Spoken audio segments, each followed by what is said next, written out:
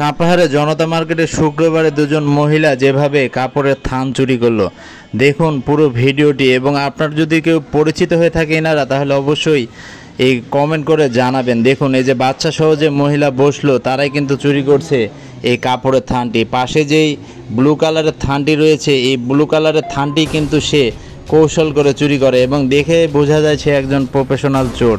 এমনভাবে কাপড়ের থানটি সে নিয়ে নিল, আপনি বুঝতেই পারবেন না। দোকানদার এই পাশে থাকা কাস্টমারের সাথে ব্যস্ত থাকায় সে কোনোভাবে বুঝতে পারেনি যে এই কাজটি তিনি করবে। তারা বারবারই কাপড় হাত দিয়ে নাড়ছে এবং দেখছে, আর এতে করেই কিন্তু আস্তে আস্তে করে সে কাপড়টি কিভাবে চুরি করে। দেখুন কিভাবে তারা এত সূক্ষ্মভাবে কাপড় দেখছেন যে আপনি দেখে বুঝতেই পারবেন না যে তারা কাপড়টি কিভাবে চুরি করে। দেখুন হাতে নাড়াচাড়া করছে, আর দোকানি কিন্তু এই পাশে অন্য কাস্টমারকে তিনি কাপড় দেখাচ্ছেন, তাদের সাথে কথা বলছেন।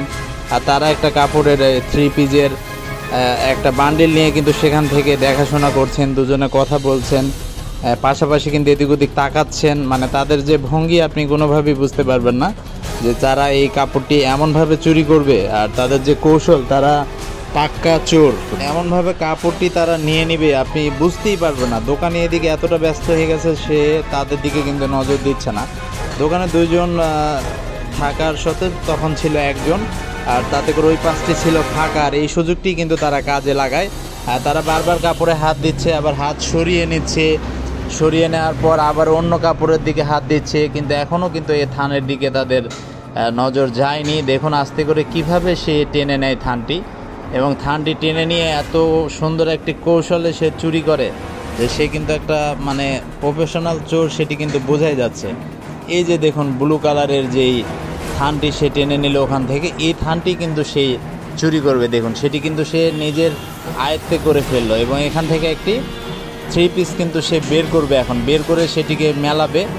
মেলানোর পর যে নিচ থেকে কিন্তু এই পাশে থাকা যেই চিকন করে মহিলাটা রয়েছে, সে কিন্তু সেটি টান দেয় এমনভাবে আপনি বুঝতেই পারবেন না। দেখুন ওনাটি কিন্তু বিছিয়ে ফেললো, বিছানোর পর কিন্তু নিচ দিয়ে আস্তে করে টান দিবে। মানে ক্যামেরায় একবারে বুঝতেই পারা যাবে না যে সে কীভাবে কাপড়ের থানটি টান দিচ্ছে। তো ব্লু কালারের যে কাপড়ের থানটি দেখা যাচ্ছে, সে থানটি কিন্তু সেই এমন কৌশলে নিয়ে নেয়, এবং নিয়ে যে কোথায় নেয় সেটিও ভালোভাবে বোঝা যায় না। কিন্তু সে যখন ওখান থেকে উঠে যায়, তখন কিন্তু দেখা যায় যে ওই নিচে যে ব্লু কালারের থানটি ছিল কাপড়ের, সেটি কিন্তু নেই।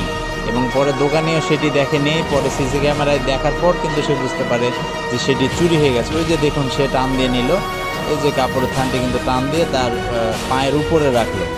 পায়ের উপরে রাখার পর দোকানদার কিন্তু দোকান থেকে বের হয়ে যাবে, আর ঠিক ওই মুহূর্তেই তিনি কাজটা সেরে নেবে। তারা কিন্তু বারবার সিসি ক্যামেরার দিকে দেখছেন, নজর দিচ্ছেন, তাদের মুখ তারা যেন বুঝতে না পারে। বাচ্চাটিকে এই জন্য কিন্তু বসিয়েছেন ওই পাশে করে, যেন বাচ্চাটিকে চিনতে না পারে।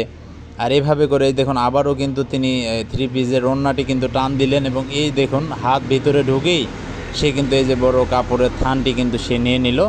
আর এভাবে করে যে দোকানিও কিন্তু বের হয়ে যাচ্ছে, আর সঙ্গে সঙ্গে সে কিন্তু কাপড়ের থানটি নিয়েই সেখান থেকে সরে পড়বে। এখানে আর এক মুহূর্তও তিনি দাঁড়ায় না। এই দেখুন এই কাপড়ের থানটা কিন্তু তার নেওয়া হয়ে গেছে, সে কিন্তু একবারে ভিতরে ঢুকিয়ে নিল, আর এই পাশ থেকে কাপড়টি কিন্তু উঠিয়ে দিল।